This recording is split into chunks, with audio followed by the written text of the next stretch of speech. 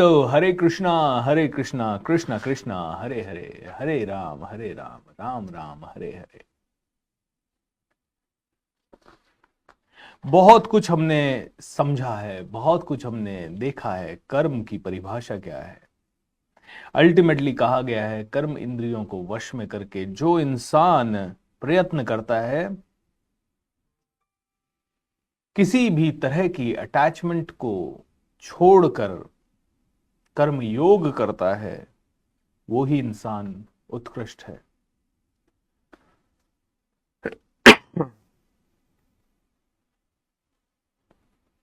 कर्म योग को प्रैक्टिस करना है दोस्तों। हाई इंटेंसिटी से कर्म करना है, हाई लेवल के कर्म करना है। मनुष्य है तो मनुष्य की चेतना के अनुसार कर्म करना है। नहीं तो अज्ञानी तो लड़ पड़ते हैं कि भाई साहब क्यों कर्म करें, प्रॉब्लम कहां है। मांस ही खाएंगे, घास फूस क्यों खाएंगे। और फिर लड़ पड़ते हैं कि पेड़ में भी तो चेतना होती है, जब वहां से फल तोड़ के खा रहे हैं तो भी तो पेड़ को दर्द हो रहा है। तो इसका मतलब वो कहना चाहते हैं कि दीवार को थप्पड़ मारें और इंसान को थप्पड़ मारें, वो सेम है। मतलब वो कहना चाहते हैं कि रोड पे गाड़ी चलाएं जिससे सड़क को कुचलें, और एक इंसान को रोड पे रख के गाड़ी चलाएं, वो एक सेम है। यानी कि वो कहना चाहते हैं कि चावल का दाना चबाओ चाहे इंसान का शरीर चबाओ, एक ही बात है। क्योंकि जीव तो चावल के दाने में भी होता है, या चावल के पेड़ में भी होता है, या सेब के अंदर भी होता है। बेतुके तुक इंसान को कहीं नहीं ले जा सकते। आर्ग्यूमेंट तो किसी भी चीज पे किया जा सकता है, आर्ग्यूमेंट तो बिल्कुल श्रेष्ठ है। वेस्टर्न सोसाइटी कहती है एक ही बर्थ है भैया, खाओ पियो ऐश करो, इस जिंदगी में जो कर सकते हो करो। It's common to have 1 2 3 husbands over there. वहां पे कॉमन है एक ही साथ 4 परिवार में रहना। और वहां के लोगों को भी कंफ्यूजन है, कौन मेरा भाई है और कौन चाचा है और कौन ताऊ है और मेरे कितने फादर्स हैं। वहां के लोगों को ये कंफ्यूजन है। तो फिर आर्ग्यूमेंट करने को और लिबरेशन को तो कुछ भी कर सकते हैं। इनफैक्ट 1950 के पहले अमेरिका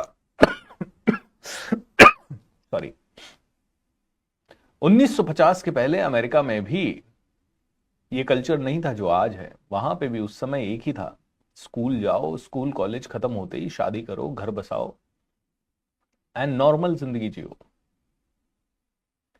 ये तो चेंजेस वहां की सोसाइटी में भी सेकेंड वर्ल्ड वॉर के बाद धीरे धीरे आने लगे हैं। तो पूरी दुनिया में हजारों सैकड़ों सालों तक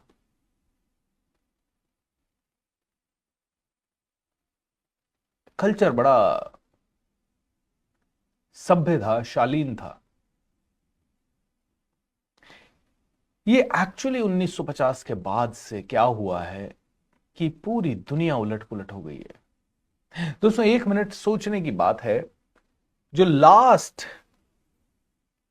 70 80 साल, 70 साल, आई थिंक 74 ईयर्स, ये लास्ट 74 75 ईयर्स इतने ज्यादा दुनिया को बदल चुके हैं कि पूछिए मत आप। अगर मान लेते हैं कि 5000 साल से इंसान, वैसे तो उससे कई गुना ज्यादा सालों से इंसान जीवित है। 2500 साल पहले गौतम बुद्धा थे। 5000 साल पहले द्वापर युग में भगवान श्री कृष्ण थे। एंड उसके भी शायद 5 10 हजार साल पहले त्रेता युग में भगवान श्री राम थे। कहते हैं कि 20-20, 25-25 हजार साल पहले की अगर बात कर लें तो तब से लेके पिछले 70 साल पहले तक पृथ्वी इतनी ज्यादा नहीं बदली थी, लोग इतने ज्यादा नहीं बदले थे, न इतना इम्बैलेंस हुआ था, न इतना पोल्यूशन था, न इतनी मार काट थी, न इतना इम्बैलेंस था, किसी भी चीज में इम्बैलेंस नहीं था इतने सालों में। क्योंकि इंसान के ऊपर लगाम लगी हुई थी, किसी न किसी तरह की पर्दा डला हुआ था, किसी न किसी तरह से इंसान समाज से बहुत ज्यादा कनेक्टेड था। एंड बिकॉज ऑफ दैट इंसान की भी हिम्मत नहीं होती थी कि कुछ ऊट पटांग विचार आ जाए तो कुछ भी कर दे। उसका फल यह था कि कभी पानी की इतनी ज्यादा कमी नहीं हुई, यहां कई कोई जगह सूखा अकाल पड़ता था, वो बात अलग है, वो नेचुरल चीज थी। लेकिन कभी भी भूजल स्तर कम नहीं हुआ था, जमीन के नीचे का जल एज इट इज था। कभी भी इंसान ये सोच नहीं सकता था कि एक दिन जल भी कम पड़ जाएगा, कभी भी इंसान ये सोच नहीं सकता था कि एक दिन वायु भी पूरी तरह से खत्म हो जाएगी, दूषित हो जाएगी। कभी भी इंसान सोच नहीं सकता था कि इतने हानिकारक केमिकल्स होंगे और हम लोग खा रहे होंगे। शुद्ध हवा, शुद्ध पानी, शुद्ध भोजन, हट्टे कट्टे लोग, निरोगी लोग, बहुत ही मेहनती लोग। एंड पिछले 70 सालों में, 75 सालों में technology has really changed the world a lot. Aeroplanes आ गए, प्राइवेट जेट्स आ गए, और सभी चीजें सर्वसाधारण के लिए भी अवेलेबल हो गई। इनकम बहुत ज्यादा बढ़ गई लोगों की, खेती जैसे ट्रेडिशनल व्यापार खत्म हो गए। बट 70 ईयर्स में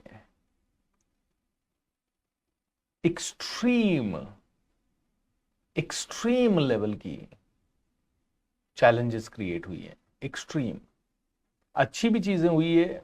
आज का युग अगर देखा जाए तो वैसे तो हमारे लिए सबसे स्वर्णिम युग है। आज तक मानव इतिहास में जो चीजें मानव को अवेलेबल कभी नहीं थी, वो सारी चीजें हमें अवेलेबल है। बट अब रुकना होगा, अब स्टॉप लगाना होगा।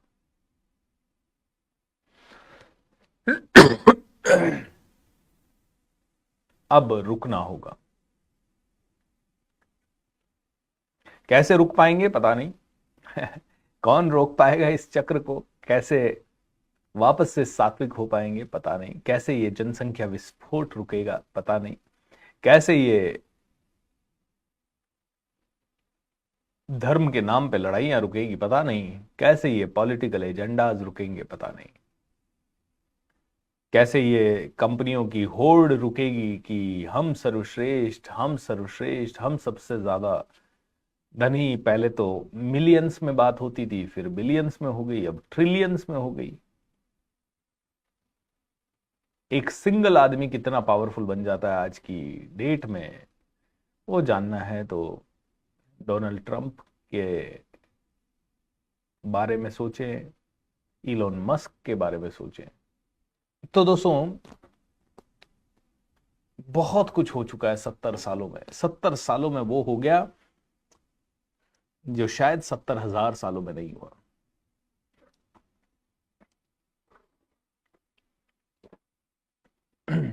इसीलिए आज भगवत गीता जैसे ग्रंथों की और भगवत गीता जैसे स्क्रिप्चर्स की बहुत ज्यादा जरूरत है। इसे समझने की और भी ज्यादा जरूरत है,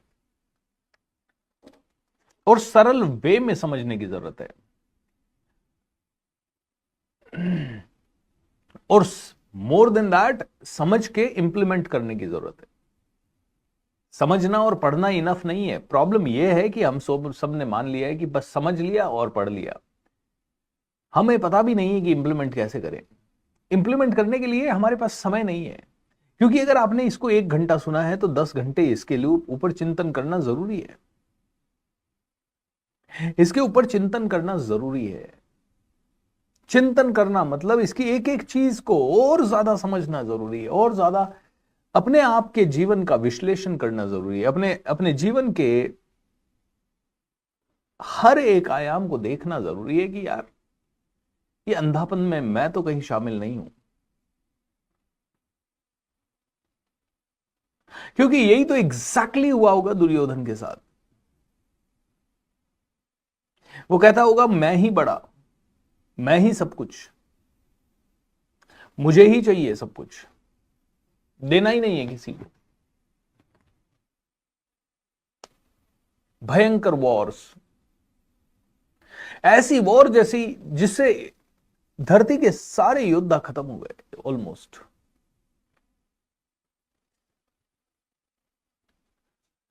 पांडवों के इधर के सब लोग मारे गए, इवन पांडवों के बच्चे तक मारे गए। सिर्फ बचे तो इन सभी की विधवाएं बची। अब जस्ट इमेजिन करो, 100 करोड़ लोग हैं उस समय, मान लो होंगे 1 करोड़ लोग, 50 लाख लोग, पता नहीं जितने भी होंगे, 10 लाख लोग मान लेते हैं। सब के सब योद्धा मारे गए, सिर्फ स्त्रियां बची है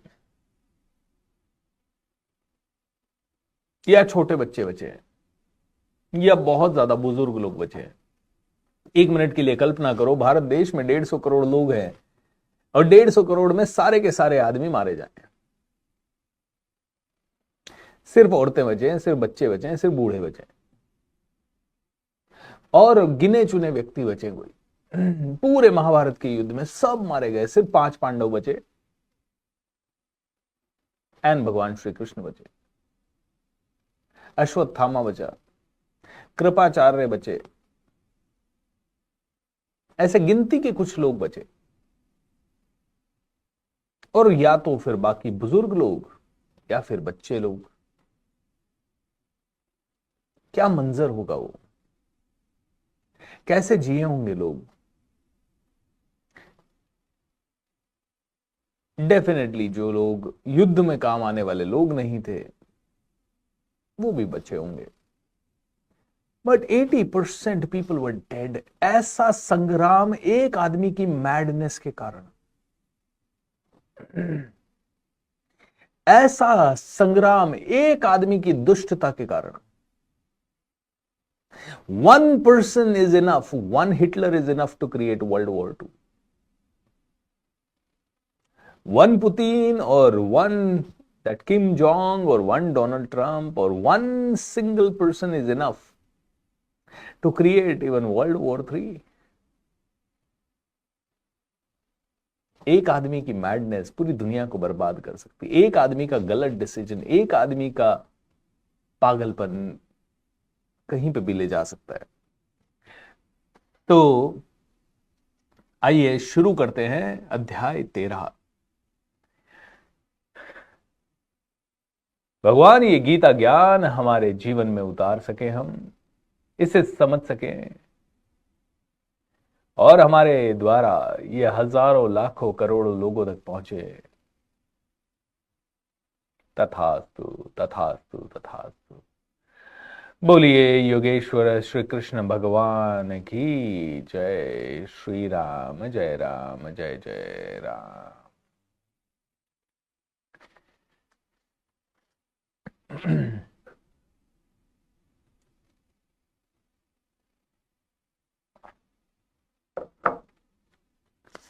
अध्याय 13। अर्जुन ने कहा, हे कृष्ण, मैं प्रकृति क्या है और पुरुष क्या है तो उसके बारे में जानना चाहता हूं।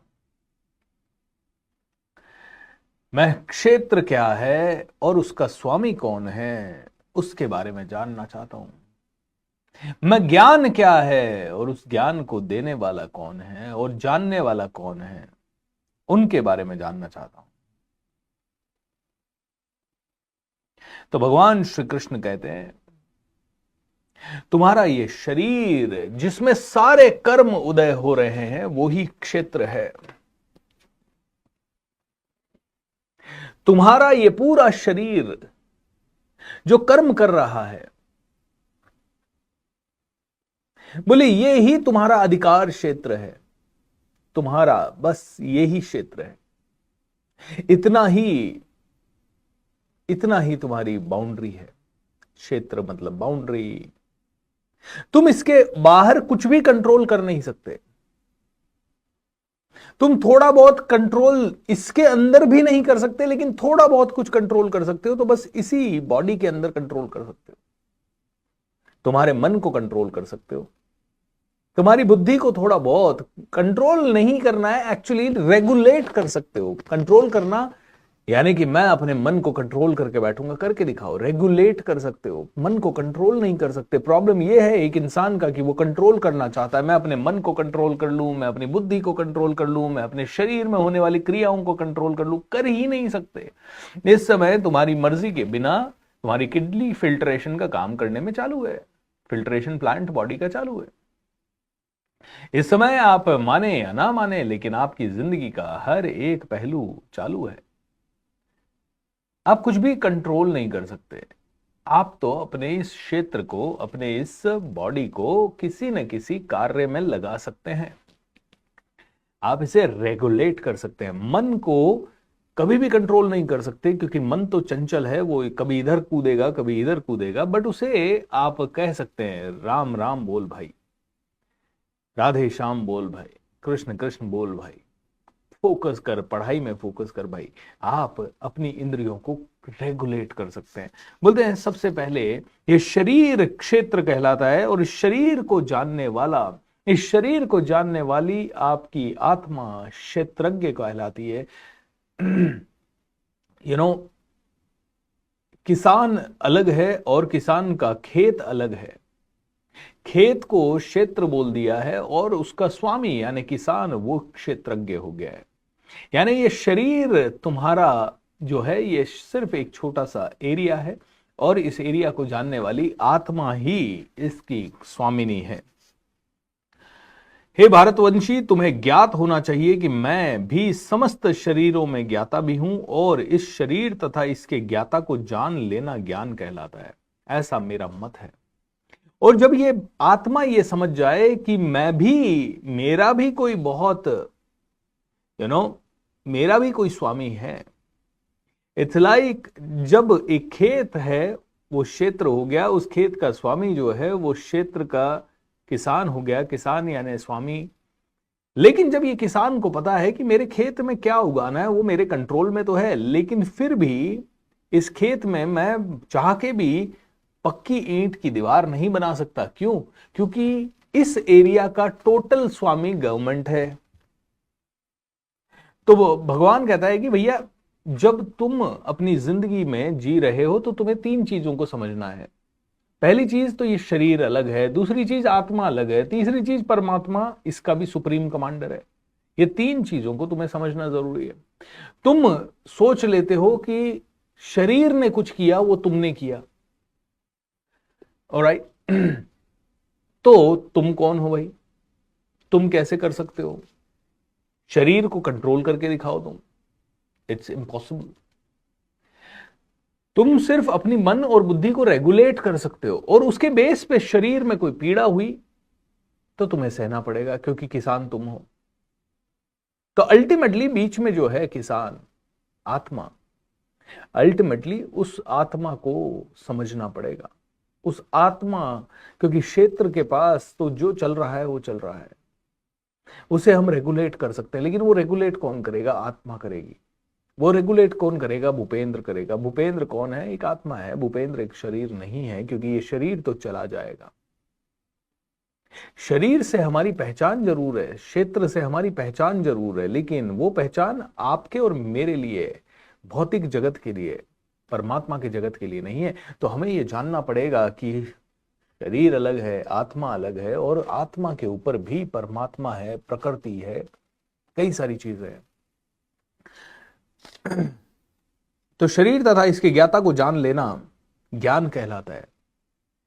ज्ञान के साथ ही ये सारी चीजों को जाना जाता है, नहीं और अलग अलग किया जा सकता है, नहीं तो हर चीज को हम मिक्स कर देते हैं।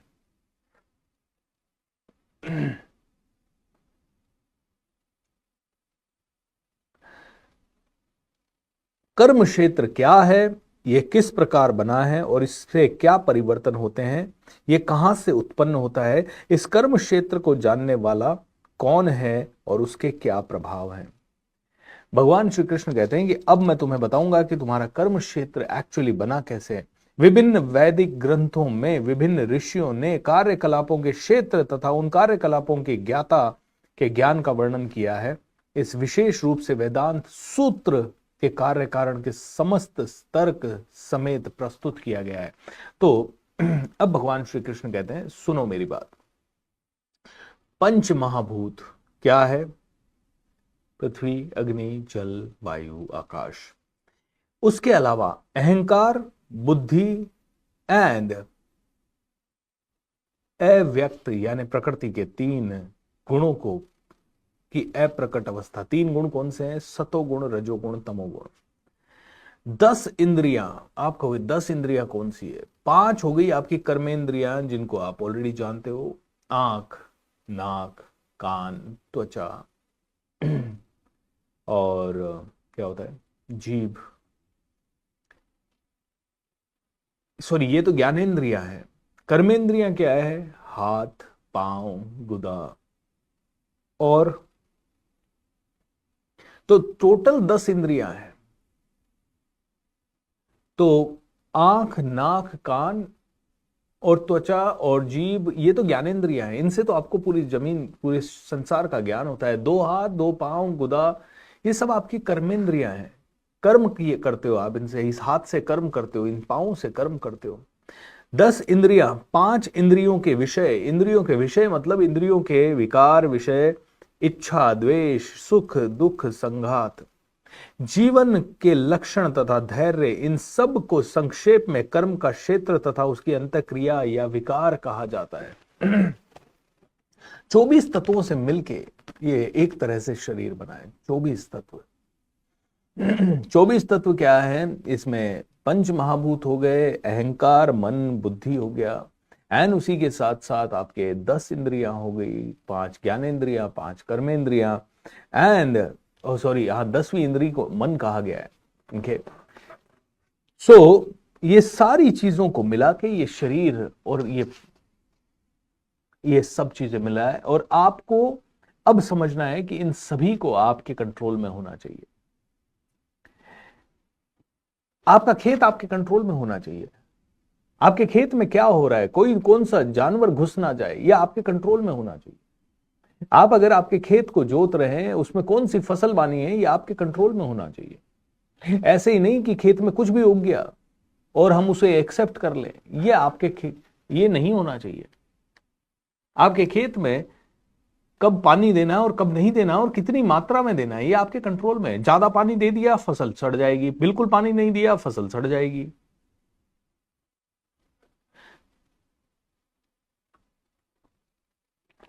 बहुत ज्यादा केमिकल डाले, फसल बेकार हो जाएगी। जरूरी है वो केमिकल्स नहीं डाले, फसल बेकार हो जाएगी। कितना खाना देना, कितने बीज बोने हैं, कितनी समय में बीज बोना है, ये आपको पता होना चाहिए। बहुत ही सटीक एग्जांपल है। सोचिए आप, एक किसान ने अगर समय पे बीज नहीं बोया, क्या होने वाला है? नुकसान होने वाला है। समय पे पानी नहीं दिया, क्या होने वाला है? नुकसान होने वाला है। उसे ज्ञान ही नहीं हो फसल बोते समय किस लेवल का कार्य करना है, कितनी डीप तक खुदाई करनी है, तो काम चौपट है पूरा। अगर एक किसान को नहीं पता कि अपने खेत को प्रोटेक्ट कैसे करना है बाहर की चैलेंजेस से, दीमक लग सकती है, कीड़े लग सकते हैं, बाहर का कोई जानवर घुस के फसल को बर्बाद कर सकता है, इन सभी चीजों से उसे कैसे प्रोटेक्ट करना है, अगर उसे नहीं पता तो ये खेत और ये फसल बर्बाद हो जाएगी। अर्जुन, तुम्हारा ये खेत जो है, इसको प्रोटेक्ट करो मेरे भाई। तुम्हारे पास इंद्रियां 10 है, 5 ज्ञानेंद्रियां और 5 कर्मेंद्रियां, और बोलते हैं इन सभी इंद्रियों के कारण अगर तुम में से किसी ने भी इन्हें प्रोटेक्ट नहीं किया तो यू विल बी डिस्ट्रॉयड। या तो तुम खेत को प्रोटेक्ट करो या डिस्ट्रॉय होने के लिए तैयार रहो, तुम्हारी मेहनत खराब होने के लिए तैयार रहे। तुम्हारा जो पैसा तुमने लोन पे साहूकारों से लिया है, उसके कारण हो सकता है एक दिन तुम्हें यह खेत ही गिरवी रखना पड़े। तो प्रोटेक्ट करो और अच्छी फसल उगाओ। लेकिन तुम अपने इस खेत को प्रोटेक्ट ही नहीं कर रहे।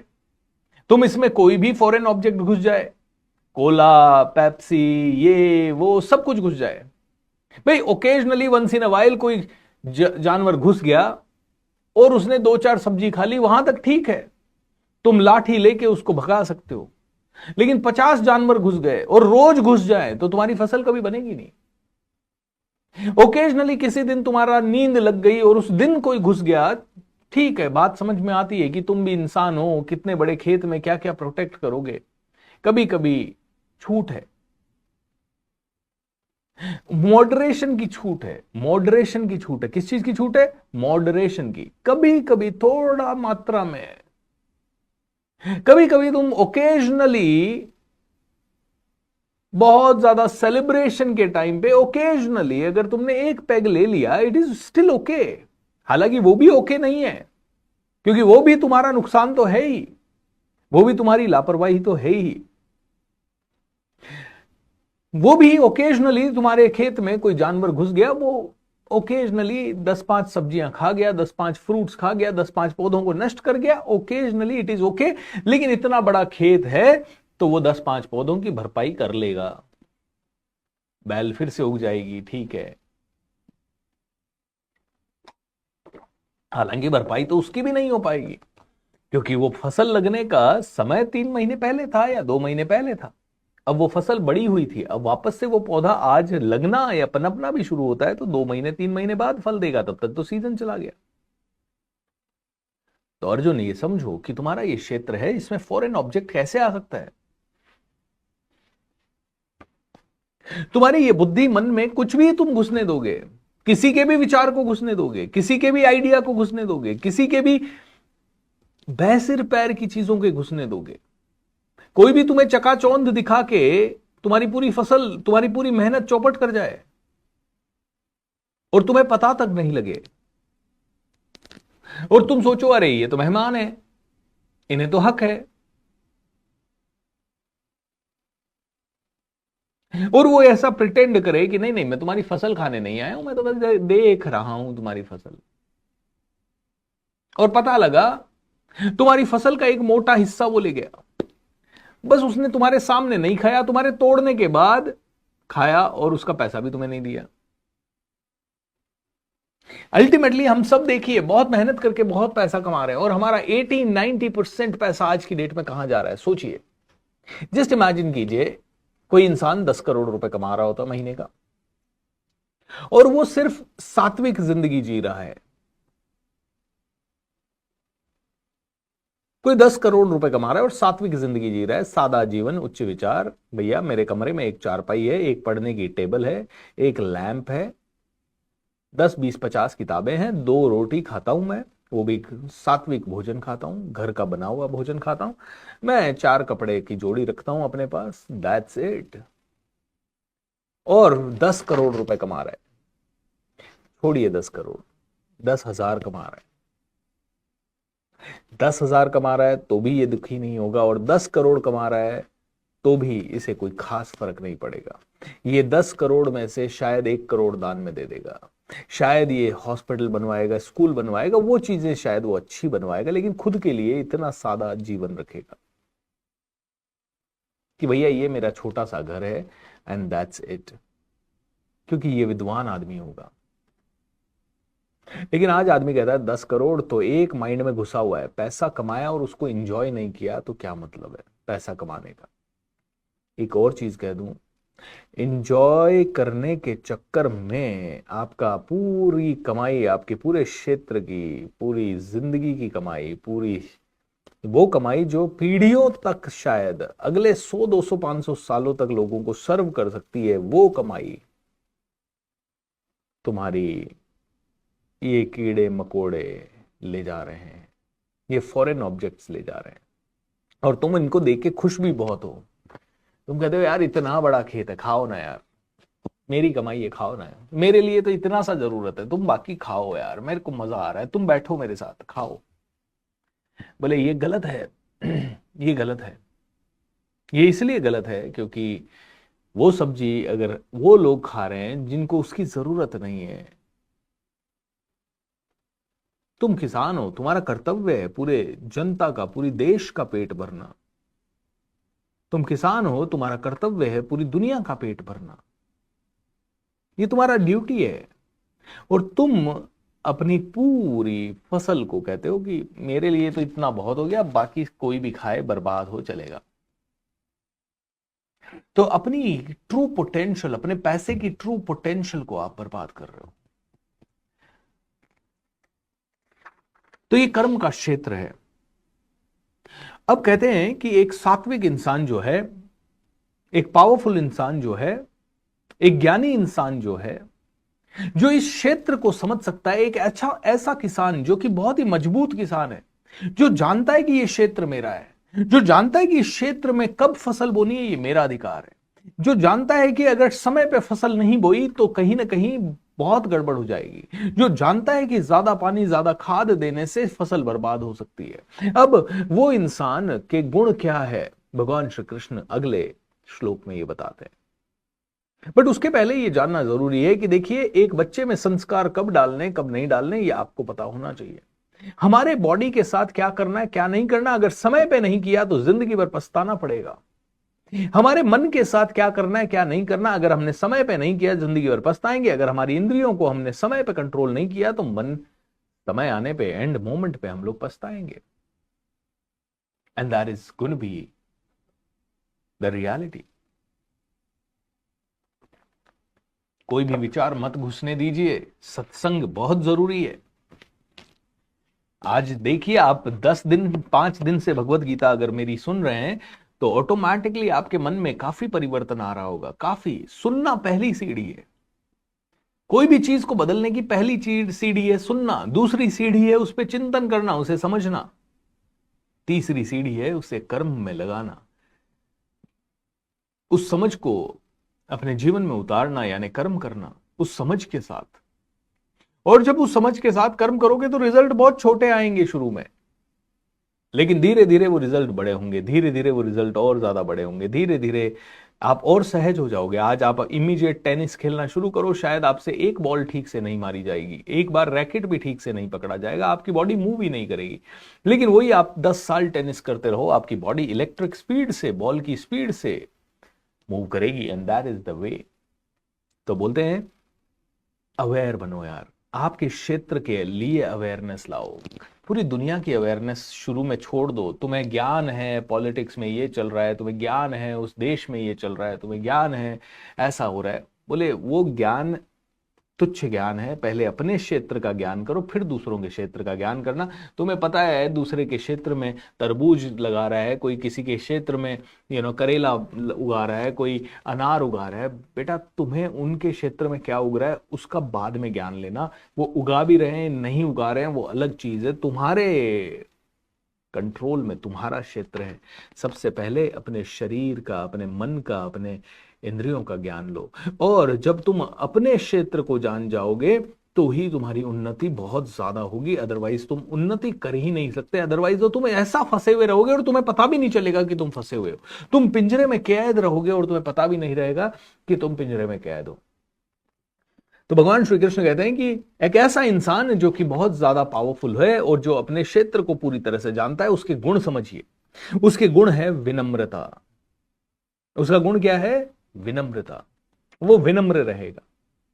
वो जानता है कि ये मेरा क्षेत्र है, मुझे इसको प्रोटेक्ट करना है, मुझे और किसी दुनियादारी में ज्यादा प्रॉब्लम नहीं है। वो विनम्र रहेगा, वो बहुत ज्यादा डाउन टू अर्थ रहेगा। दंभहीनता यानी कि उसके अंदर ईगो नहीं होगा, उसके अंदर दंभ नहीं होगा, अहंकार नहीं होगा। ओके, वो बिल्कुल शांत रहेगा।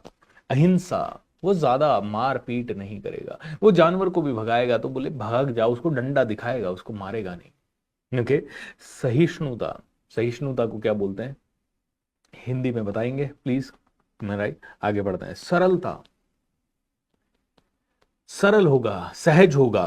प्रामाणिक गुरु के पास जाना, वो हमेशा सही लोगों से राय लेगा, प्रामाणिक गुरु के पास जाएगा। पवित्रता, वो पवित्र होगा। स्थिरता, वो बहुत ही स्टेबल होगा। आत्म संयम, उसका सेल्फ कंट्रोल होगा। वो सुबह 4 बजे उठ के भी पानी पिलाना है तो पिलाएगा। वो सुबह रात को 2 बजे भी जानवर को भगाना है तो भगाएगा। वो 24/7 अलर्ट रहेगा। इंद्रिय तप तृप्ति के विषयों का परित्याग। वो जानता है कि कितनी भी खेत की फसल हो, मुझे तो थोड़ी सी खानी है, बाकी तो मुझे सिर्फ लोगों को देनी है, तो वो सेल्फ कंट्रोल में बिलीव करेगा। अहंकार का अभाव, वो अपने खेत को छोड़ के जाएगा नहीं और कहीं ना कहीं किसी भी लेवल पे अहंकार नहीं करेगा। वो जन्म मृत्यु वृद्धावस्था तथा रोग के दोषों की अनुभूति के हाँ, रोग के दोषों की मतलब कोई भी वृद्धावस्था वगैरह या मृत्यु या जन्म, इन चीजों का उसके अवेयरनेस होगा, उसको अवेयरनेस होगा कि ये फसल 3 महीने की है या 4 महीने की है, इस फसल को मुझे काटना ही है, और ये फसल तो अगर मैंने नहीं काटी तो फिर कोई और, तो वो बांटने में वो उदार रहेगा, वैराग्य वो डिटैच भी रहेगा, क्योंकि वो जानता है कि कल को मेरी फसल को कुछ भी हो सकता है, बारिश तेज हो गई तो प्रॉब्लम हो सकती है, आंधी तूफान हो सकती है तो प्रॉब्लम हो सकती है, एंड किसी भी तरह का और कोई इनटॉलरेंस, सहिष्णुता यानी intolerance, thank you so much. संतान स्त्री वैराग्य, संतान स्त्री घर तथा अन्य वस्तुओं की ममता से मुक्ति। बोलता है अटैचमेंट इसके अंदर नहीं रहेगा।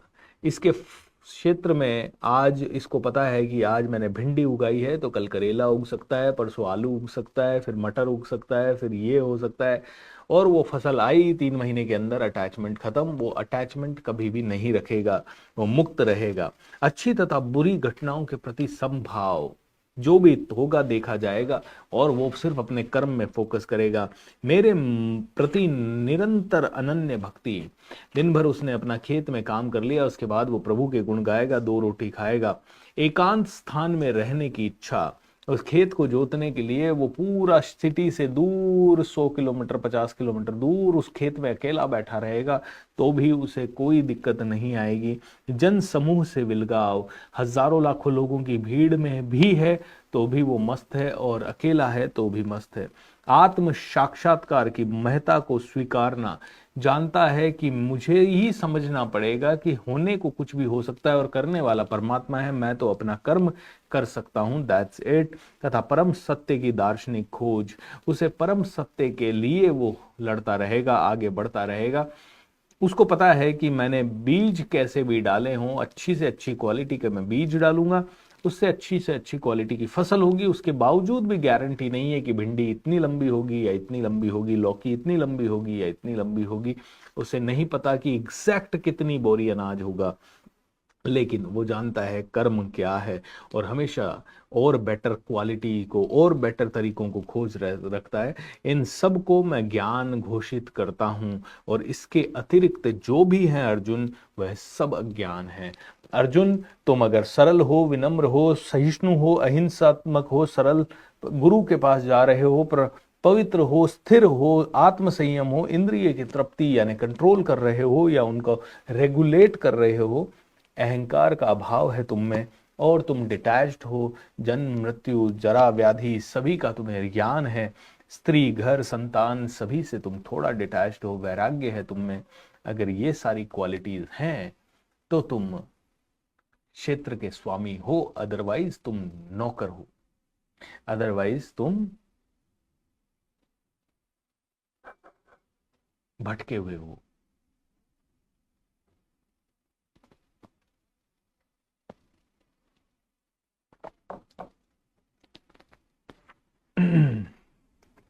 इतनी सारी क्वालिटीज हैं।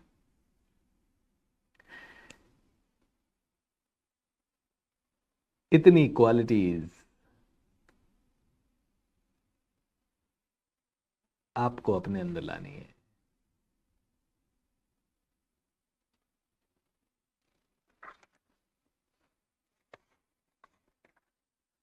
इतनी क्वालिटीज हैं तो आप ज्ञानी हो।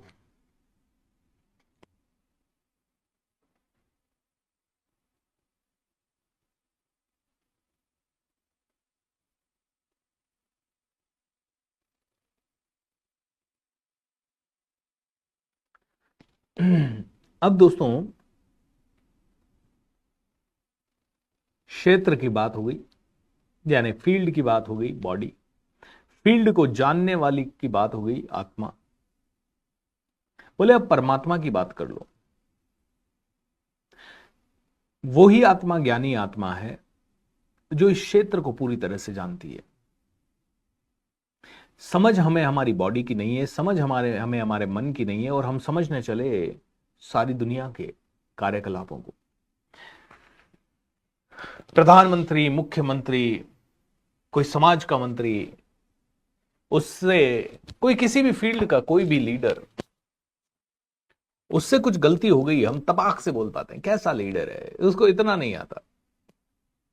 अरे वो तो फिर भी 1000 लोगों को मैनेज करने की कोशिश कर रहा है, या पूरे देश प्रदेश को मैनेज करने की कोशिश कर रहा है। तुमसे तो तुम्हारा प्रदेश ही मैनेज नहीं हो रहा, जो कि ये 6 फुट का प्रदेश है बस। तुम कैसे दूसरों पे अंगुली उठा सकते हो? तुम कैसे दूसरों के प्रति इतनी क्रिटिकल व्यूज दे सकते हो?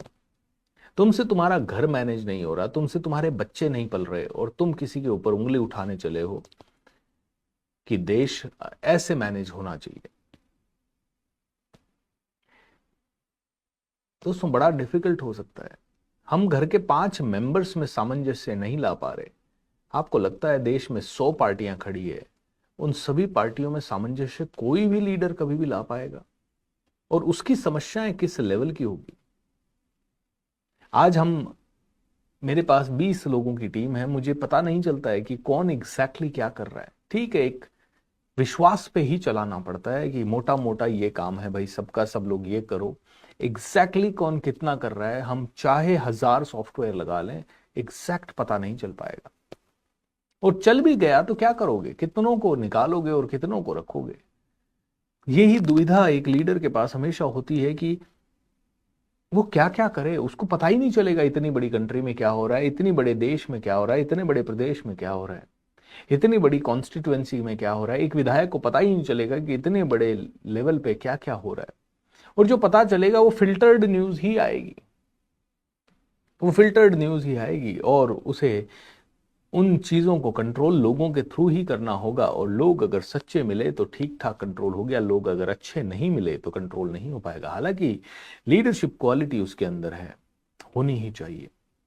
तो मैं कहता हूं कि हम दूसरों के अंदर लीडरशिप क्वालिटी देखते हैं, हम अपने आप को नहीं पहचानते, तो लीडरशिप क्वालिटी उनके अंदर हम इतना क्रिटिकल व्यू कैसे दे देते हैं? एक आदमी ठीक नहीं खेला, क्रिकेट का खिलाड़ी ठीक नहीं खेला, हम उसे गालियां दे देते हैं, भर भर के ट्रोल कर लेते हैं, क्योंकि और कोई काम नहीं है हजारों लाखों लोगों के लिए, और कोई काम नहीं है। तो हमें थोड़ा सा और जानकार बनना है। तो अर्जुन, थोड़ा और जानकार बन, थोड़ा और जानकार बन, थोड़ा और समझदार बन। तो अर्जुन, ये ब्रह्म तथा आत्मा जो अनादि है और मेरे अधीन है, इस भौतिक जगत के कार्य कारण से परे स्थित है।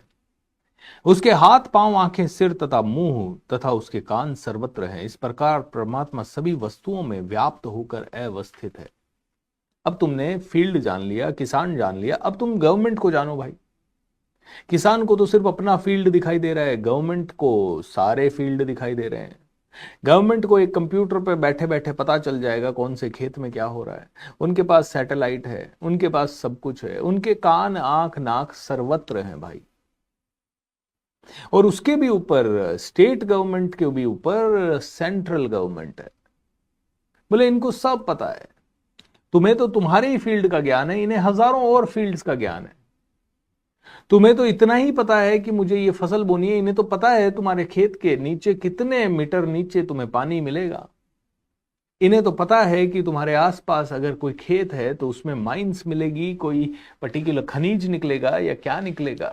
दे आर तो मोर इंटेलिजेंट देन यू, हजारों लाखों गुना ज्यादा इंटेलिजेंट हो। तुम्हें अपने खेत में कुछ भी बदलाव बड़ा लेवल पर करना है, तुम्हें उन्हीं से अप्रूवल लेना पड़ेगा। और तुम्हें ही क्या, लाखों खेतों में भी कोई बदलाव करना है तो उन्हीं से अप्रूवल लेना पड़ेगा। तो इसीलिए कहते हैं कि परमात्मा समस्त इंद्रियों के मूल स्रोत हैं, फिर भी वे इंद्रियां से रहित है। वे समस्त जीवों के पालन करता होकर भी अनासक्त हैं। ये गवर्नमेंट तुम्हारे सारे खेतों की स्वामी है, चाहे जब तुमसे कोई भी खेत तुमसे ले सकती है, लेकिन उसके बावजूद भी वो स्वामित्व तुम्हें दे रखा है, और तुम्हें ही डिसाइड करना है कि उसमें फसल कौन सी उगनी है और कौन सी नहीं उगनी है। वो तुम्हें खेत देके भी निश्चिंत बैठा हुआ है। वे प्रकृति के गुणों से परे हैं, ये एक उदाहरण है, ध्यान रखिएगा ना।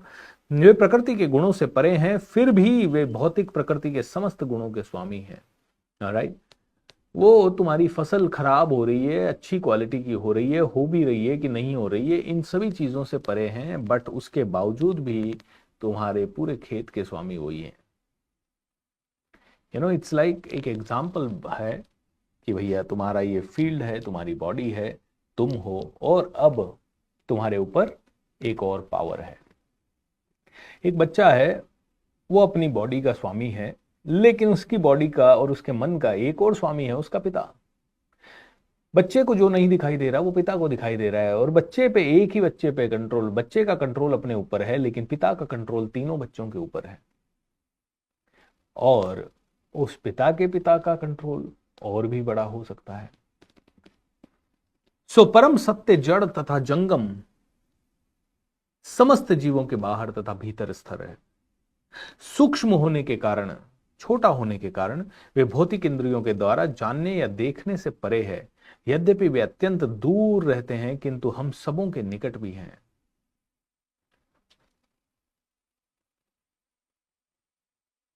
हमें एग्जैक्टली देखा जाए तो हाईएस्ट लेवल की स्टैंडर्ड पे पहुंचना थोड़ा मुश्किल है। गवर्नमेंट के हाईएस्ट लेवल पे पहुंचना थोड़ा मुश्किल है, लेकिन क्या इम्पॉसिबल है? बिल्कुल नहीं। बोले है बहुत दूर, दिखाई देता है कि बहुत दूर है, लेकिन फिर भी बहुत पास भी है। हो सकता है कि तुमने 4 अच्छे कार्य किए और तुम तुरंत हाईलाइट हो गए, तुरंत तुम्हारी दुनिया बदल गई। तुमने एक खेल में महारत हासिल किया और तुम तुरंत तुम्हारे पास कल पीएम का न्योता आ गया। You never know.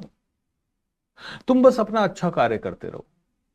तुम कब भगवान को प्राप्त कर लोगे पता नहीं।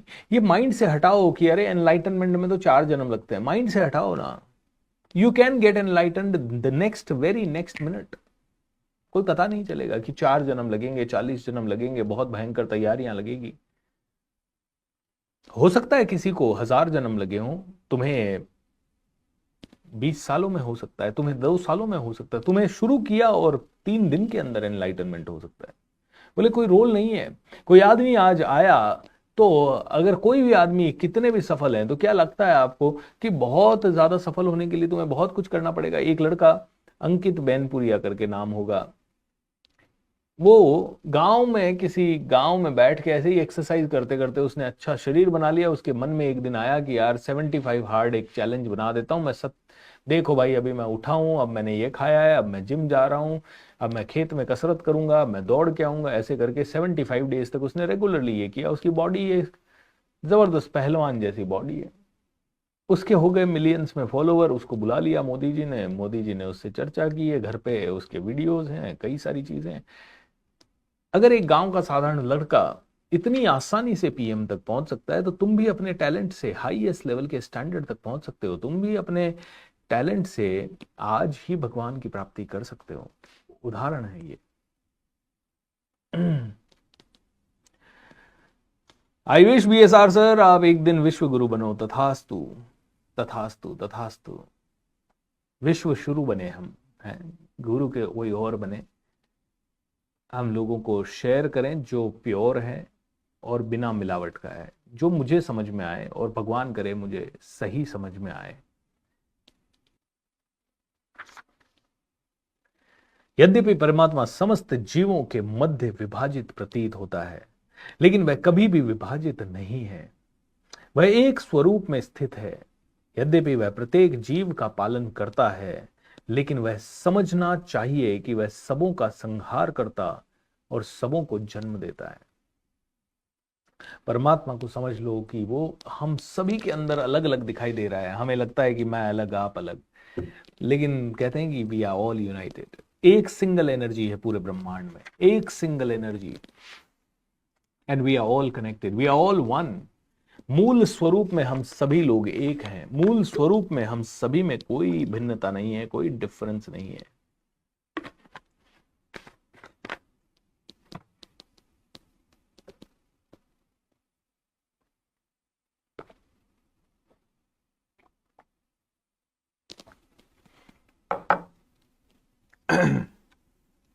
अपने आप को कंट्रोल करना चाहिए। वेरी नाइस लर्निंग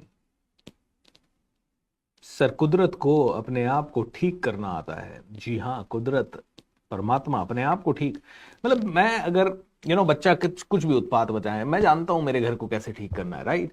तो ऐसे ही परमात्मा जानता है कि ये इंसान कितना भी उत्पात कर ले, कितने भी सब कुछ कर ले, मैं जिस दिन चुटकी बजाऊंगा सब ठीक हो जाएगा, वापस से वैसा ही हो जाएगा। लिटरली कोविड के बाद भी आदमी समझ नहीं रहा कि भाई इतनी जरूरतें नहीं है हमें। प्लेग प्लेग का महारोग आया था, सूरत में आया था शायद, या कहाँ आया था। प्लेग हुआ था सूरत में बहुत साल पहले, बहुत सारे लोग मारे गए थे। अर्थक्वेक आया था भुज में, गुजरात में, हजारों लाखों लोग मारे गए थे। सुनामी आई थी, लाखों लोग मारे गए थे। और कई बीच बीच में आपदाएं आती रहती है, जिनमें कई लोग ऐसे चुटकियों में, जो लोग सोच रहे थे ना कि बहुत सालों तक बहुत कुछ करेंगे, वो चले गए। यार ये चेतना ना, मेरे गुरु मेरे नित्य शांति कहते हैं कि मरने को फोकस रख के जो आदमी जिएगा, मृत्यु को फोकस करके जो आदमी जिएगा, वो सर्वश्रेष्ठ जिएगा। और इसी चीज को डॉक्टर स्टीवन कवी अपनी book 7 habits of highly effective people में कहते हैं, begin with the and in mind. And क्या होने वाला है उसको शांत, उसको मन में रखते हुए आप बिगिन करो उसको, एंड को। हालांकि वो ये नहीं कह रहे कि मृत्यु के लिए, वो कह रहे विजन, बड़ा विजन ध्यान में रखते हुए अपने कार्य करो। तो begin with the and in mind. जब आप अपने जिंदगी में एंड को ध्यान में रखते हुए कोई चीज बिगिन करोगे, तो भगवान कहते हैं कि तुम उससे भी, स्टीवन कवी कह रहे हैं तुम्हें कॉर्पोरेट लाइफ में आगे बढ़ना है, पैसों की लाइफ में आगे बढ़ना है, तुम्हारा विजन देखो। भगवान कहते हैं कि तुम्हारा अंत देखो, तुम्हारा अंतिम विजन देखो, कि ये शरीर तो चला जाएगा, उसके बाद क्या, और आगे की सोचो, और आगे की सोचो। स्वामी विवेकानंद कहते हैं कि तुम्हारा एकमात्र लक्ष्य होना चाहिए इस जीवन में नंबर 1 बनना, और जीवन के बाद भी नंबर 1 बने रहना। लेकिन एक साधारण पुरुष शायद जीवन के बाद की बातें नहीं देख पाएगा, इसीलिए वो कहते हैं कि कोई बात नहीं, तुम जीवन के बाद की ना भी देख पाओ तो भी नंबर 1 बनना तुम्हारा मिनिमम लक्ष्य होना चाहिए, परम लक्ष्य होना चाहिए, परम लक्ष्य होना चाहिए। यद्यपि परमात्मा समस्त जीवों में अभावी, वे समस्त प्रकाशमान वस्तुओं के प्रकाश स्रोत हैं, वे भौतिक अहंकार से परे हैं, अगोचर है, वे ज्ञान हैं और ज्ञेय हैं और ज्ञान के लक्ष्य हैं, वे सबके हृदय में स्थित हैं।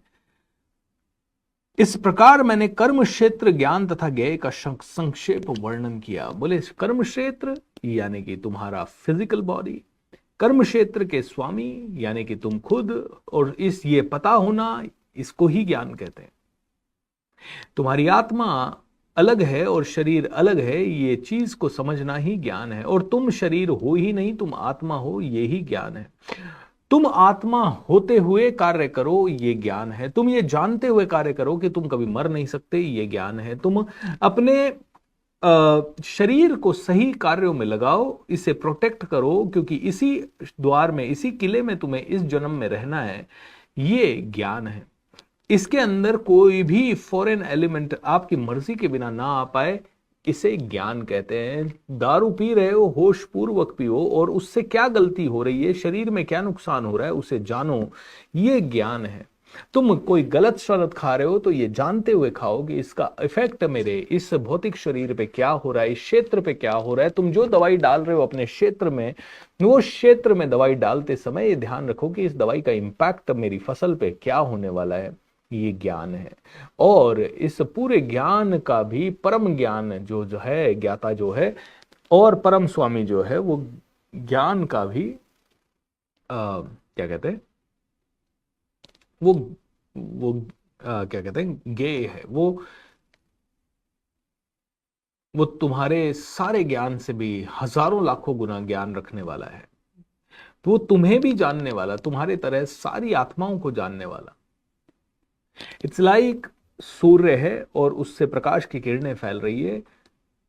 एक किरण किसी झरोके से इधर आई और दूसरी किरण किसी झरोके से उधर गई और एक किरण किसी और के घर में गई। बोले सारी किरणें, उद्गम स्थान एकमात्र सूर्य है, और वो अस्त होगा, सारी किरणें अस्त हो जाएगी। एक किरण को अभिमान हो जाए मैं, तो वो थोड़ी सी देर में मूव करती रहेगी, सुबह से लेकर शाम तक उसकी दिशा सारी मूव होती रहेगी। बचपन से लेके जवानी तक हमारी सारी दिशाएं मूव होती रहती है सूर्य की किरण की तरह। We just keep shifting. हम कंट्रोल ही नहीं कर पाते। हमें लगता है हम कंट्रोल कर रहे हैं। क्या कंट्रोल कर रहे हो तुम? तुम्हारी उम्र, बढ़ती उम्र को कंट्रोल नहीं कर सकते तुम। तुम्हारे घटते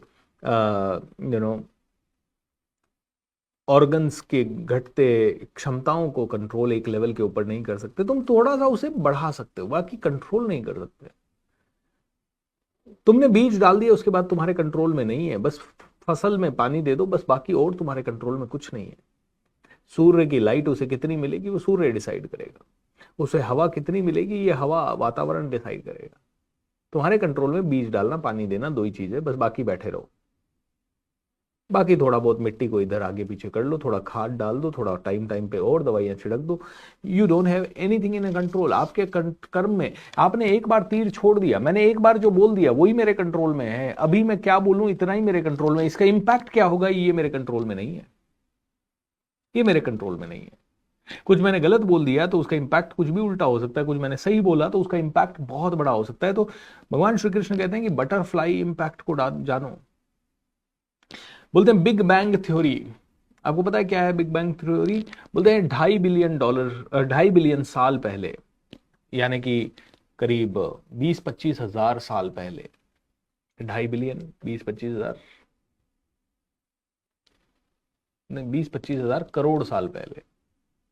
2.5 बिलियन साल, 3.5 बिलियन साल पहले, 3.5 बिलियन साल पहले बोलते हैं कि सब कुछ एक मटर के दाने के जब समान था और उसमें एक जबरदस्त विस्फोट हुआ और फिर ये सृष्टि, संसार सब क्रिएट हो गया। भयंकर विस्फोट हुआ, बिग बैंग, 3.5 बिलियन साल पहले। अब ये साइंटिस्ट ने कैसे थ्योरी निकाली वो तो वही जाने, उनके पास कोई ना कोई प्रमाण होगा। बट बोलते हैं पूरी सृष्टि ना मटर के दाने की जितनी सी थी। अब आप कहोगे क्या ये पॉसिबल है? बिल्कुल पॉसिबल है। क्यों पॉसिबल है पता है आपको? क्योंकि आज हमारी बॉडी में कितनी कोशिकाएं हैं आपको पता है? 60 ट्रिलियन टू 100 ट्रिलियन के बीच में, 60 से 100 ट्रिलियन के बीच में कोशिकाएं। लेकिन जब पहला जीव पैदा हुआ था वो एक कोशिका वाला जीव था, 1 सेल।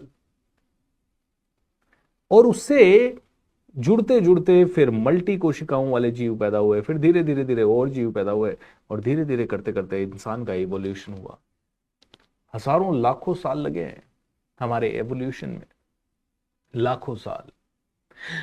जिस इंसान को, जिस मनुष्य को बनाने में प्रकृति ने इतने सारे साल लगाए, वो मनुष्य कैसा होगा यार?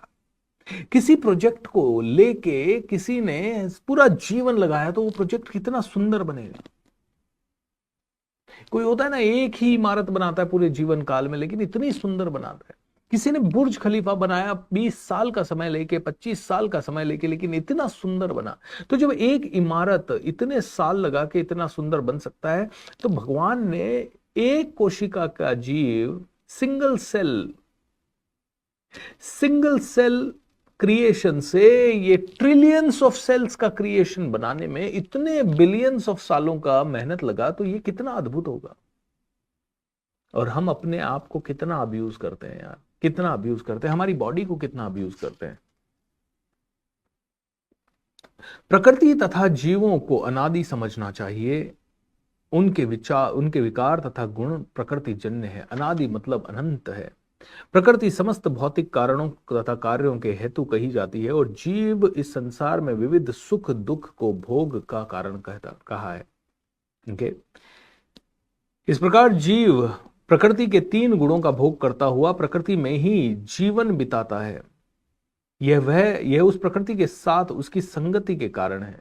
इस तरह उसे उत्तम तथा अधम योनियां मिलती रहती है। तो प्रकृति के साथ कनेक्शन,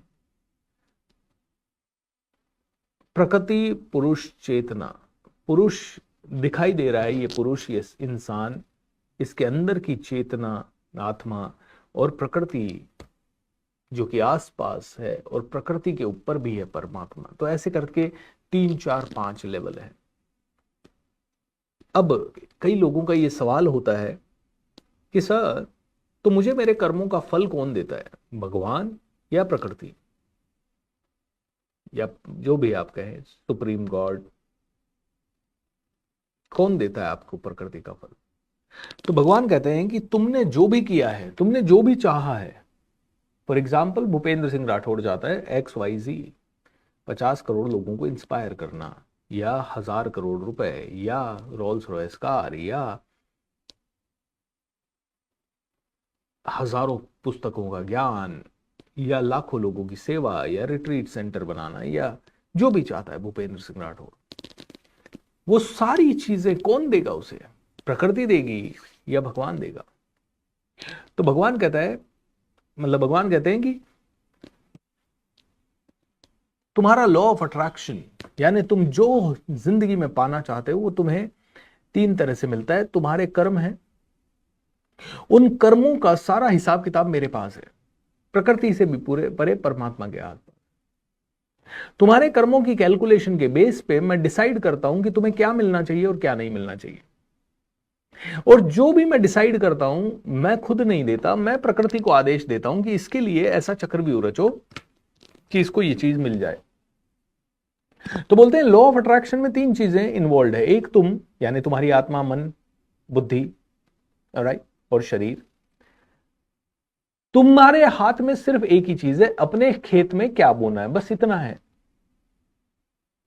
तुमने जो बोया उसका पूरा अंडरस्टैंडिंग, लेखा जोखा PM तक पहुंच जाएगा, यानी कि सेंट्रल गवर्नमेंट या स्टेट गवर्नमेंट तक पहुंच जाएगा। और स्टेट गवर्नमेंट डिसाइड करेगी कि तुम्हें कितना ज्यादा तुम्हारा नाम होना चाहिए, कितना बड़ा तुम्हें अवार्ड मिलना चाहिए, कौन सा अवार्ड मिलना चाहिए, तुम्हें पद्म भूषण मिलना चाहिए, पद्मश्री मिलना चाहिए, भारत रत्न मिलना चाहिए, ये हम डिसाइड करेंगे।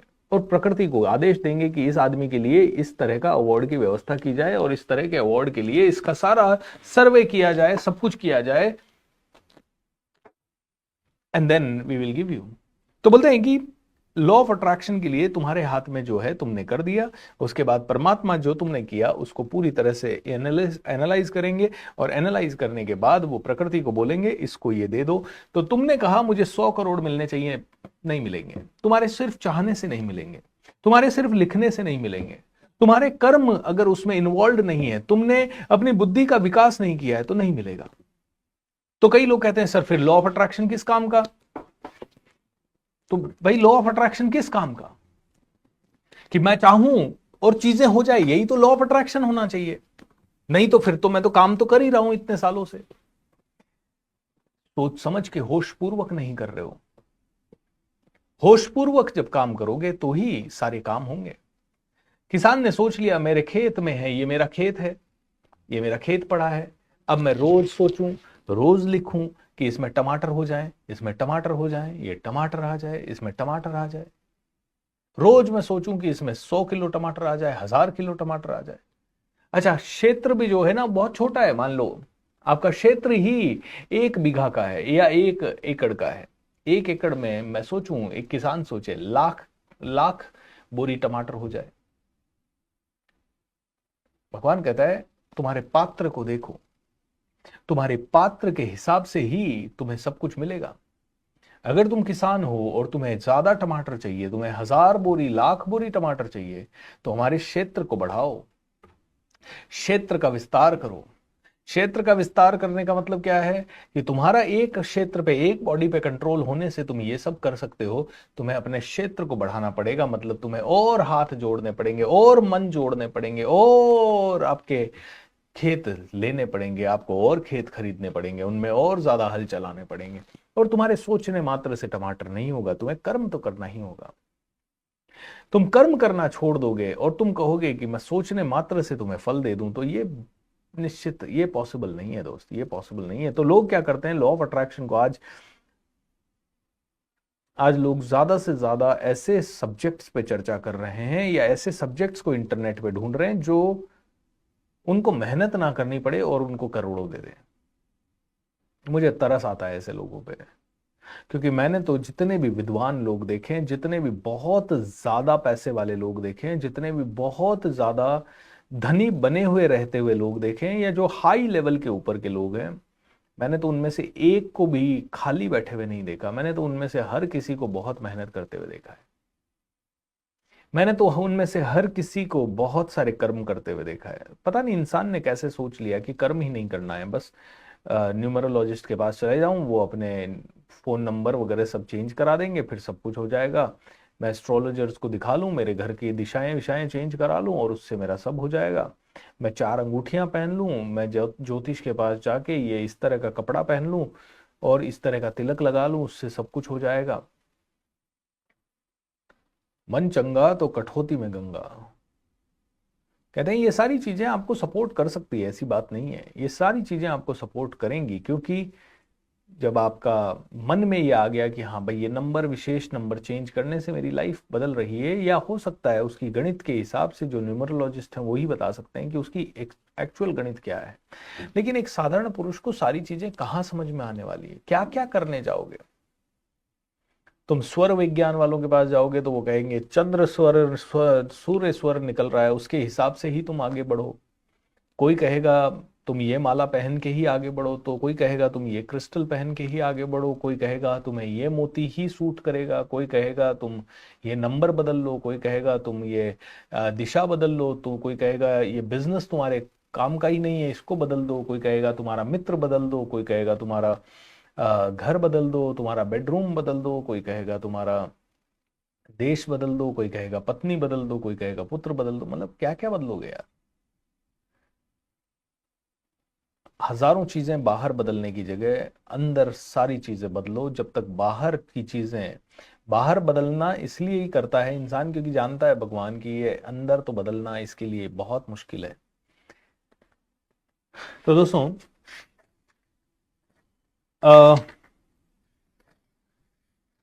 ये चैप्टर मेजर यही चीज बताता है कि प्रकृति क्या है, पुरुष क्या है।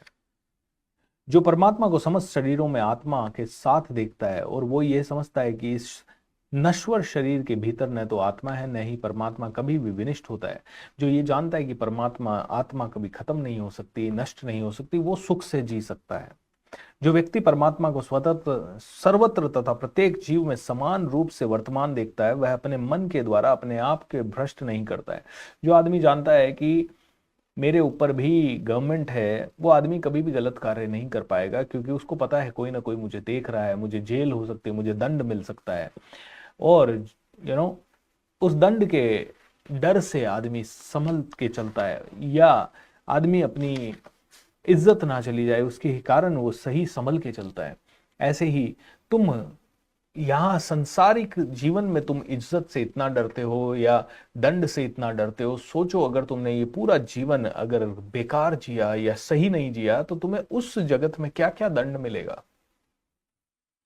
तो कई लोग कहते हैं कि सर तो यही तो बात है कि हम भगवान से डरें या भगवान से प्यार करें। बोले आप भगवान से प्यार करो, ऐसा लोड नहीं लो। आप, मैं सच्चा हूं तो मुझे क्या डरना है कि कानून कोई भी हो, मर्डरर के लिए ये कानून, चोर के लिए ये कानून, रेपिस्ट के लिए कानून, मुझे डरने की क्या जरूरत है? मैं तो अपने सही रास्ते पे चल रहा हूं, तो कानून अपनी जगह है, उससे डरना क्यों है? और होना भी चाहिए, बल्कि मुझे तो कानून का एडवोकेट करना चाहिए कि बहुत अच्छी बात है कि ऐसे कानून हैं, ताकि कोई आदमी जो कि गलत काम करने जा रहा है वो डरे। मैं तो गलत ही नहीं कर रहा हूं तो मुझे डरना क्यों है? तो भगवान से क्यों डरना है? We are God fearing people. अरे रे रे रे रे, तुमने आज त्योहार के दिन पूजा टाइम पे नहीं की, मुहूर्त पे नहीं की। कौन सा मुहूर्त है? सब मुहूर्त अच्छे हैं, सब मुहूर्त अच्छे हैं। मल मास होता है, कहते हैं कि 15 दिसंबर से 15 जनवरी के बीच ये मल मास होता है। कोई भी शुभ कार्य इस कार्य में नहीं होगा, कोई शादी नहीं होगी, कोई ब्याह नहीं होगा, कोई ज्यादा खरीदारियां नहीं होगी। लेकिन क्या इस महीने में सच में कई सारे काम नहीं होते? कंपनियों की खरीद फरोख्त हो रही है, माल की खरीद फरोख्त हो रही है। नहीं नहीं, स्पेशल कुछ नहीं खरीदना है। अच्छा, घर लेना है तो नहीं लेना है, कार लेनी तो नहीं लेना है, लेकिन मैं एक व्यापारी हूं और मुझे व्यापार के लिए रॉ मटेरियल लेना है तो वो चल जाएगा। ऐसा क्यों? नहीं, वो शास्त्रों के अनुसार है, विधि विधानों के अनुसार है।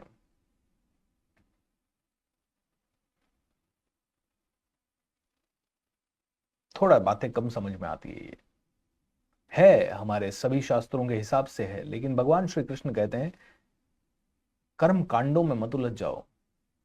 गौतम बुद्धा के पास एक व्यक्ति गया और वो बड़ा रोता रोता गया क्योंकि उसके पिताजी की डेथ हो गई थी। बोले गौतम बुद्धा, गौतम बुद्धा, गौतम बुद्धा, आप तो बहुत ज्ञानी हो, मैं चाहता हूं कि मेरे पिताजी के सारे कर्म कांड आप करो ताकि उनकी आत्मा की मुक्ति हो जाए। गौतम बुद्धा, वो आदमी दुखी था, रो रहा था। गौतम बुद्धा जानते थे कि इसको मैं कितना भी समझाऊं इसे समझ नहीं आएगा। ओ तेरी तो, आज तो इसी चैप्टर में 744 हो गए। खैर, गौतम बुद्धा जानते थे कि ये आदमी समझने से नहीं समझेगा, तो गौतम बुद्धा ने उसे कहा कि ठीक है, मैं कल का सारे कर्म कांड करवा दूंगा, नदी किनारे आ जाना, 2 घड़े लेके आना, एक में घी होना चाहिए और एक में पत्थर होने चाहिए। बोले ठीक है। वो आदमी बड़ा खुश हो गया, गौतम बुद्धा कर्म कांड करवाएंगे। अगले दिन वो आया और दोनों घड़े लेके गौतम बुद्धा के पास पहुंच गया। नदी किनारे पे गौतम बुद्धा भी इंतजार कर रहे थे। बोले अब इन दोनों घड़ों को लेके नदी में उतर जा। तो वो 4 फीट पानी कमर तक आया, वहां तक नदी में उतर गया। उसने बड़ा खुश हुआ, अब तो कर्म कांड होगा। बोले इन दोनों घड़ों को यहाँ पे रख और एक काम कर, ये लकड़ी तेरे हाथ में दे रहा हूं, पहले घड़े को जिसमें पत्थर है उसको फोड़ दे। उसने पत्थर वाले घड़े को फोड़ दिया, पत्थर सारे नीचे गए। और बोले अब घी वाले घड़े को तोड़ दे। घी वाले घड़े को तोड़ा, घी ऊपर ही ऊपर तैरता रहा। बोले बेटा अब बताइए घी कब डूबेगा? बोले घी तो कभी नहीं डूबेगा। बोले ये पत्थर कब तिरेगा? बोले पत्थर तो कभी नहीं तिरेगा। बोले तेरे पिताजी ने अगर जीवन भर पत्थर जैसे कार्य किए तो वो उनकी आत्मा कभी तर नहीं सकती, चाहे तू 12 दिन का कर, चाहे चाहे 24 दिन का कर, चाहे 365 दिन का तू सारा कार्यक्रम क्रियाक्रम जो भी करना है कर। और अगर तेरे पिताजी की आत्मा ने घी जैसे कार्य किए हैं तो वो उसे तैरने से कोई नहीं रोक सकता। दोस्तों ये है भगवत गीता की समझ। जापान में किसी की मृत्यु होती है, दोपहर में आदमी जाते हैं, क्रिमेशन करते हैं, शाम को आके लौट के वापस काम पे लग जाते हैं। अब आप सभी लोग कहेंगे ये तो बहुत गलत है। हिंदुस्तान में किसी घर में मौत हो जाती थी पहले गांव में, तो 6 महीने या 1 साल तक पूरा परिवार शोक में रहता था। 1 साल तक कोई अच्छा खाना नहीं बनता था। पूरे गांव के आसपास के 4-5 परिवारों में मीठा नहीं बनता था। फिर धीरे धीरे लोगों ने सहूलियत के हिसाब से इसे चेंज किया। बोले यार उनके घर में मौत हुई है ना, हम क्यों इसको फॉलो करें? तो सिर्फ जिसके घर में मौत होती थी वही फॉलो करता था कि 6 महीने साल भर कोई त्योहार नहीं मनाएंगे, चुपचाप रहेंगे, ये करेंगे वो करेंगे। फिर लोगों ने सहूलियत के हिसाब से थोड़ा चेंज किया। बोले 12 दिन अब ये करेंगे हम, 12 दिन बाद हम सारे व्यापार व्यापार सब करेंगे 12 दिन बाद। और फिर कुछ कम्युनिटीज ने कहा यार 12 दिन भी क्यों रखें, तीसरे दिन उठाओ ना करो और अपने काम पे लगो बस। अब मुझे बताइए कौन सही, कौन सही? वो व्यापारी आदमी कहता है यार 12 दिन रखूंगा तो मेरा व्यापार में लाखों का नुकसान हो जाएगा, इसलिए मरने वाला मर गया, बस मुझे तो अपने काम में लगना है। और जो जापानी है वो कहेगा भैया देखो अब जिसको जाना था वो चला गया, काम तो इंपॉर्टेंट है ना, कर्म तो इंपॉर्टेंट है। और जो 12 दिन तक या 14 दिन तक, 15 दिन तक रख रहा है, वो कहता है नहीं भाई हमारे घर का इंपॉर्टेंट सदस्य गया है, 15 दिन तो बनता है, उसकी आत्मा की मुक्ति के लिए सारी क्रिया का कर्मकांड तो करने जरूरी है। और कोई आदमी जो 6 महीने शोक रखता है वो बोलता है क्या है, तुम्हारे घर का एक सदस्य गया है भाई, जो तुम्हारे साथ बचपन से था वो चला गया, तुम्हें 6 महीने तो शोक रखना बनता है। अब बताइए सही कौन है? इन चारों की लड़ाई हो जाए, कौन सही होगा? हर आदमी कहेगा मैं परमात्मा के ज्यादा क्लोज, और कोई भी इनमें से परमात्मा के ज्यादा क्लोज नहीं है, क्योंकि चारों के चारों ही अंधे हैं। क्योंकि इन चीजों से परमात्मा के क्लोज जा नहीं सकते, इन चीजों से शुद्ध हो नहीं सकते। ये तो बंधन है, बंधनों से मुक्त ही होना पड़ेगा, रूढ़ियों से मुक्त ही होना पड़ेगा।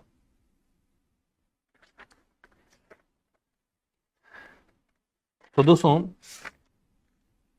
अध्याय 14 की थोड़ी चर्चा करते हैं।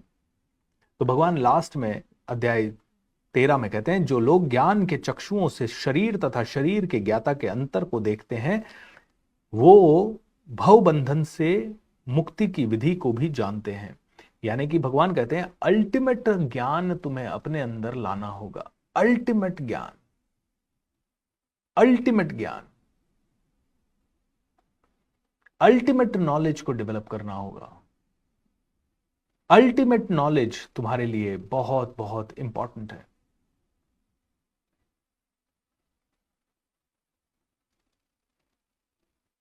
भगवान कहते हैं कि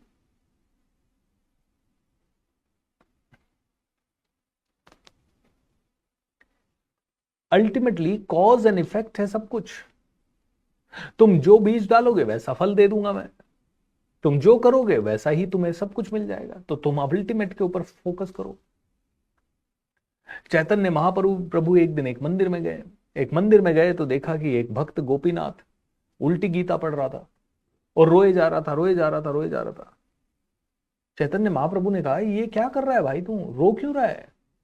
बोले, क्योंकि मेरे गुरु ने कहा भगवत गीता पढ़ो और इसलिए मैं रो रहा हूं। बोले, लेकिन तू गीता तो उल्टी पढ़ रहा है।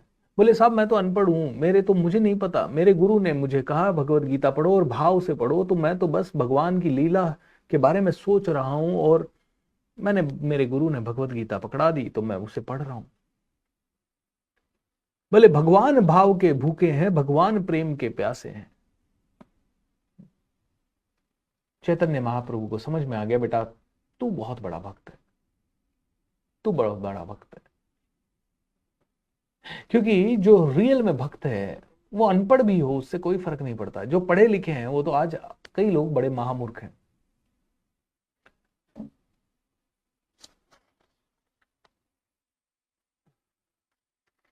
तो सुख दुख का कारण व्यक्ति खुद है।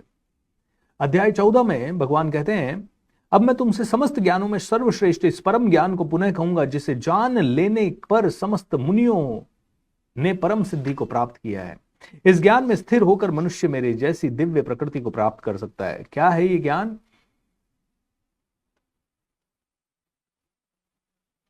हे कुंती पुत्र, तुम समझ लो, समस्त प्रकार के जीव योनियां इस भौतिक प्रकृति में जन्म द्वारा संभव है और इसका बीज प्रदाता पिता मैं हूं। और भौतिक प्रकृति के 3 गुण हैं, सतोगुण, रजोगुण तथा तमोगुण। हे निष्पाप, सतोगुण अन्य गुणों की अपेक्षा अधिक शुद्ध है। तो अध्याय 14 में भगवान श्री कृष्ण ने कहा है प्रकृति के भैया 3 गुण हैं। एक है सतोगुण, यानी तुम इसे कह सकते हो सोने की चेन। एक है रजोगुण, तुम इसे कह सकते हो चांदी की चेन। और एक है तमोगुण, तुम जिसे कह सकते हो लोहे की चेन। लोहे की चेन भारी है, लोहे की चेन तुम्हें बांध रही है, लोहे की चेन का दाम भी सबसे कम है, उस पे जंग भी सबसे जल्दी लगेगा। जो आदमी आलसी है वो रजोगुण में, तमोगुण में है। रजोगुण यानी चांदी की चेन थोड़ी कीमती है। सतोगुण यानी सोने की चेन, एक तरह से सोने का पिंजरा, सोने का घर। सतोगुण का मतलब है कि आप में से हर एक आदमी श्रेष्ठतम आचरण कर सके। सतोगुण अधिक प्रकाश देने वाला है, मनुष्यों के सारे पाप कर्मों से मुक्त करने वाला है। जो लोग इस गुण में स्थित होते हैं वे सुख तथा ज्ञान के भव में बंध जाते हैं। रजोगुण की उत्पत्ति असीम आकांक्षाओं और तृष्णाओं से, तुम्हें और चाहिए, तुम्हें और बड़ा घर चाहिए, तुम्हें और बड़ी गाड़ी चाहिए, और सब कुछ चाहिए, रजोगुण है। हे भारतवर्ष, भरतपुत्र, तुम जान लो कि अज्ञान से उत्पन्न तमोगुण समस्त देहधारी जीवों का मोह है। इस गुण के प्रतिफल पागलपन, आलस, प्रमाद, नेगेटिविटी, गुस्सा, बहुत ज्यादा चिड़चिड़ापन, जलना, बहुत ही नेगेटिव रहना, चिंतित रहना, डिप्रेस्ड रहना, लोगों के मरने मारने के बारे में सोचना, ये सारा रजोगुण तमोगुण है।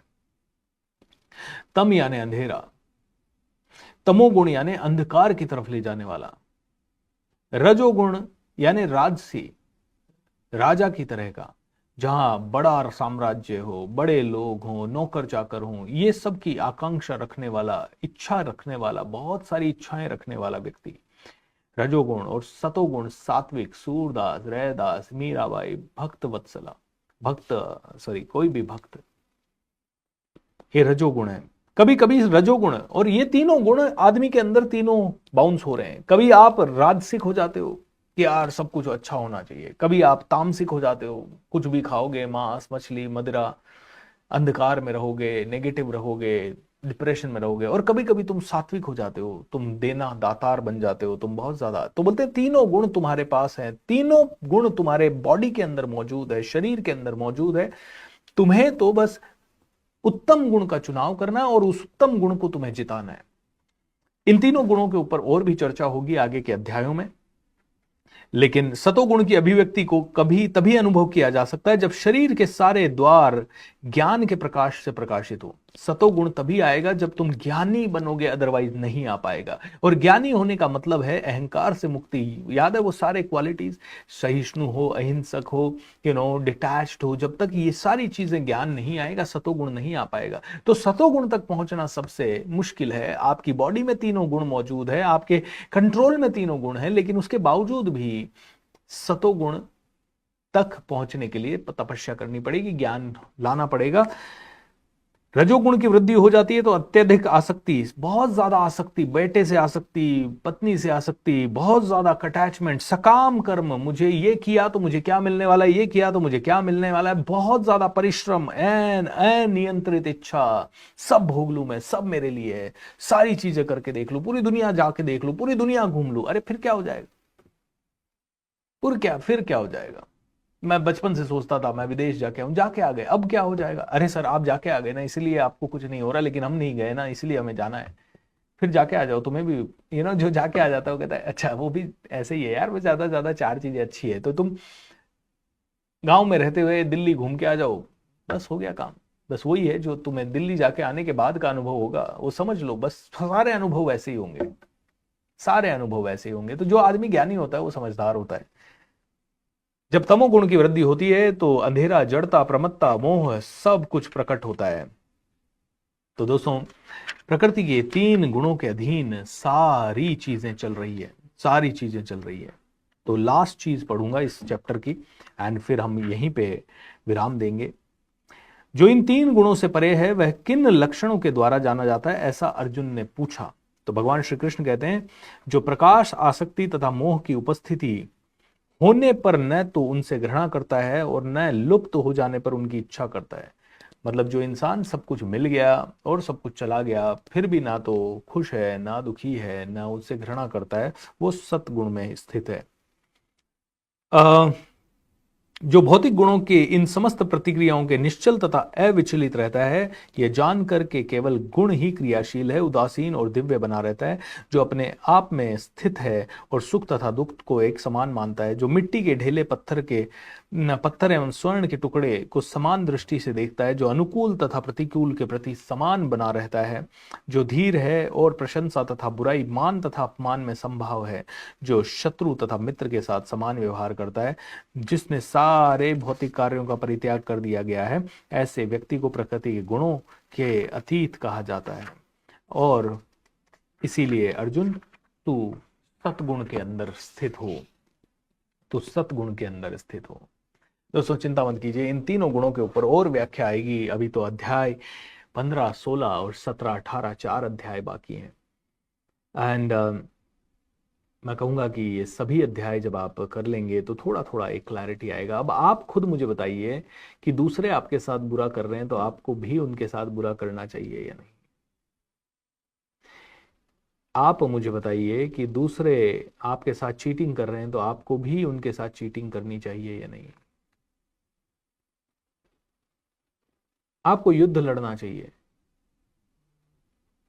आपको गांडीव उठाना चाहिए, बट गांडीव उठाने के पीछे का भाव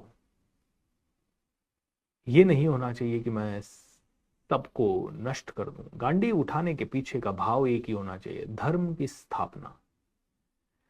धर्म क्या है? ड्यूटी। हर आदमी जाने की ड्यूटी है। एक पिता अगर अपने पुत्र को रास्ते पे लाने के लिए डंडा उठाता है तो डंडा हाथ में रखना उसे जरूरी है, डंडा मारना जरूरी नहीं है।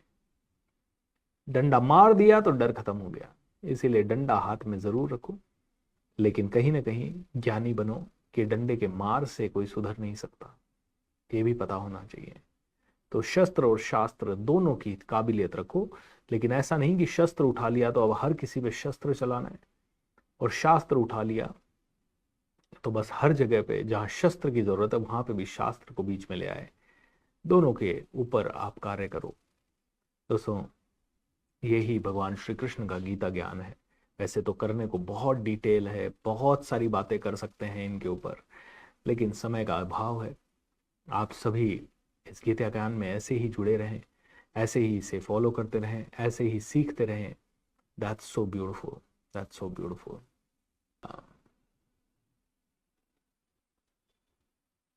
ऑलराइट एवरीवन, तो बोलिए योगेश्वर श्री कृष्ण भगवान की जय, बोला गीता मैया की जय। सर्वे भवन्तु सुखिनः, सर्वे सन्तु निरामया, सर्वे भद्राणि पश्यन्तु मा कश्चित् दुःखभाग् भवेत्। ओम शांति शांति शांति। Alright everyone, be happy.